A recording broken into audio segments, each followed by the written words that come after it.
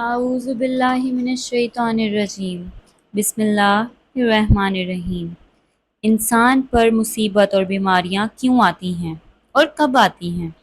حضرت سیدنا ابو سعید خضری رضی اللہ تعالیٰ عنہ بیان کرتے ہیں کہ رسول اللہ صلی اللہ علیہ وآلہ وسلم نے ارشاد فرمایا، حضرت موسیٰ علیہ السلام نے کہا کہ اے میرے رب، تو اپنے مومن بندوں کو دنیا میں غربت زدہ اور تنگ حال بنا دیتا ہے۔ اتنے میں حضرت موسیٰ علیہ السلام کے لیے جنت کا دروازہ کھول دیا گیا اور وہ اس کی طرف دیکھنے لگے۔ پھر اللہ تعالیٰ نے کہا، اے موسیٰ، یہ جنت میں نے اسی مومن کے لیے تیار کی ہے۔ پھر حضرت موسیٰ علیہ السلام نے کہا، اے میرے رب، تیری عزت کی قسم، تیرے جلال کی قسم، اگر مومن کے دونوں ہاتھ اور دونوں پاؤں کٹے ہوئے ہیں اور پھر اس کو اس کے یوم ولادت سے روز قیامت تک چہرے کے بل گھسیٹتے جاتا رہے اور لیکن اس کا انجام جنت ہو، تو وہ یوں سمجھے گا کہ اس نے کبھی کوئی تنگی نہیں دیکھی۔ پھر موسیٰ علیہ السلام نے کہا، اے میرے رب، تو نے اپنے کافر بندے کے لیے دنیا میں بڑی وسعت پیدا کی ہے۔ اتنے میں حضرت موسیٰ علیہ السلام کے لیے جہنم کی طرف سے ایک دروازہ کھولا گیا اور ان سے کہا گیا کہ اے موسیٰ علیہ السلام، یہ جہنم اسی کافر کے لیے تیار کی گئی ہے۔ حضرت موسیٰ علیہ السلام نے کہا، اے میرے رب، تیری عزت و جلال کی قسم، اگر اس کو اس کے یوم تخلیق سے روز قیامت تک پوری دنیا دے دی جائے لیکن اس کا انجام یہ ہو تو یوں سمجھے گا کہ اس نے کبھی کوئی بھلائی دیکھی ہی نہیں۔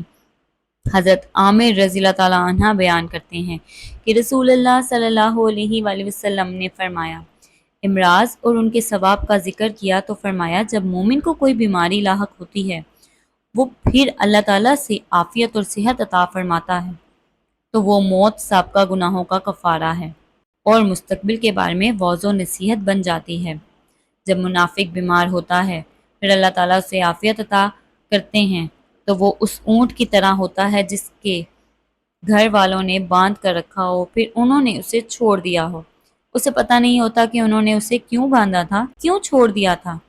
کسی شخص نے عرض کیا، اللہ کے رسول کریم صلی اللہ علیہ وآلہ وسلم، بیماریاں کیا ہوتی ہیں؟ اللہ کی قسم، میں تو کبھی بیمار نہیں ہوا۔ آپ صلی اللہ علیہ وآلہ وسلم نے فرمایا، ہمارے پاس سے چلے جاؤ، تم ہم میں سے نہیں۔ نبی کریم صلی اللہ علیہ وآلہ وسلم نے فرمایا کہ اللہ تعالیٰ اس شخص کے چہرے کو تازہ رکھے جس نے مجھ سے کوئی حدیث سنی اور پھر جسے سنی ویسے ہی آگے پہنچا دے۔ اللہ تعالیٰ اپنے بندوں کا مصیبتوں اور آزمائشوں سے امتحان لیتے ہیں جیسا کہ فرمان الہی ہے۔ ترجمہ: ہم بطریق امتحان تم میں ہر ایک کو برائی و بھلائی مبتلا کرتے ہیں اور تم سب ہماری ہی طرف لوٹ کر آتے ہو۔ جو کوئی اس امتحان میں کامیاب ہوگا جنت اس کا انعام ہوگی۔ اللہ تعالیٰ نے فرمایا، کیا تم یہ سمجھ بیٹھے ہو کہ تم جنت میں چلے جاؤ گے؟ حالانکہ اب تک اللہ تعالیٰ نے یہ ظاہر نہیں کیا کہ تم میں سے جہاد کرنے والے کون ہیں اور صبر کرنے والے کون ہیں۔ یہ تو مسلمان کے ایمان کا جز اور حصہ ہے کہ وہ یقین رکھے کہ ہر چیز جو اللہ تعالیٰ اپنے بندے کے لیے منتخب کرتا ہے، برائی ہو یا بھلائی، خوشی ہو یا غم، سب بندے کے فائدے کے لیے ہی ہیں۔ اللہ کے نبی صلی اللہ علیہ وآلہ وسلم نے فرمایا، مومن کا معاملہ بھی تعجب انگیز ہے۔ اللہ تعالیٰ مومن کے حق میں کوئی فیصلہ نہیں فرماتے مگر اس کی بھلائی کے لیے۔ یہ اعزاز سوائے مومن کے کسی اور کو حاصل نہیں ہے۔ اس حکمت الہی کو پوری طرح سمجھنا کہ ان ساری مصیبتوں کے پیچھے کیا راز ہے، یہ انسان کی طاقت سے باہر ہے، کیونکہ ہمارا علم فقط ظاہری معاملات کی حد تک محدود ہے۔ صرف اللہ ہی کو علم ہے کہ آخر میں حالات کیسے بدلیں گے اور بندے کو اس سے کیسے فائدہ پہنچے گا۔ بس مصیبتیں جو بظاہر بری لگتی ہیں ہو سکتا ہے کہ آگے چل کر بہت فائدہ مند ہوں۔ قرآن کریم میں اللہ تعالیٰ نے ارشاد فرمایا، اللہ تعالیٰ نے ہر انسان کے حق میں اتنی ہی مصیبتیں اور مشکلات لکھی ہیں جتنی اس کی استطاعت اور ایمانی قوت ہے۔ یہ ناانصافی ہوتی کہ اگر کسی انسان کو ایک ہی جیسی مصیبتیں اور آزمائش ملتی اور ناکامی پر اسی طرح سزا دی جاتی، کیونکہ کچھ لوگ دوسروں کی نسبت زیادہ صبر کی استطاعت رکھتے ہیں۔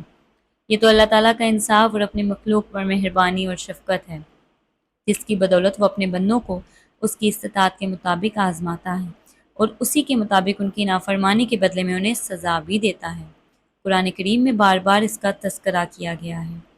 چنانچہ ارشاد الہی ہے، اللہ تعالیٰ کسی جان کو اس کی طاقت سے زیادہ تکلیف نہیں دیتا۔ جو نیکی کرے وہ اس کے لیے، جو برائی کرے وہ اس کا وبال بھی اسی پر ہے۔ اللہ تعالیٰ انصاف پسندانہ قانون کے تحت علماء کرام نے صبر کو فرض قرار دیا ہے، اور جب یہ بات طے شدہ ہے کہ حادثات آدمی کو اس کی استطاعت کے مطابق ہی متاثر کرتے ہیں، تب تو اس شخص میں ضروری استطاعت ہوگی جس سے کہ وہ سختیوں کو برداشت کر سکے اور صبر کرنے والا بن جائے۔ اس کے بعد اس پر حرام ہے کہ وہ بے صبری کا مظاہرہ کرے، یا انتہائی جوش و غصے کا مظاہرہ کرے، یا ایسی کوئی حرکت کرے یا بات کہے جس سے اللہ تعالیٰ کے فیصلے پر ناپسندگی ظاہر ہو رہی ہو، جیسا کہ لمبی دردناک چیخ، کپڑوں کا پھاڑنا، گال پیٹنا وغیرہ۔ جزا کے دن بندے سے اس کی اس حرکت پر پوچھ گچھ ہوگی جس سے منع کیا گیا تھا، اس سے بچنے کی بندے میں استطاعت تھی۔ ناظرین، آپ کو اگر میری ویڈیو پسند آئی ہو تو ضرور لائک کیجیے گا۔ جزاک اللہ۔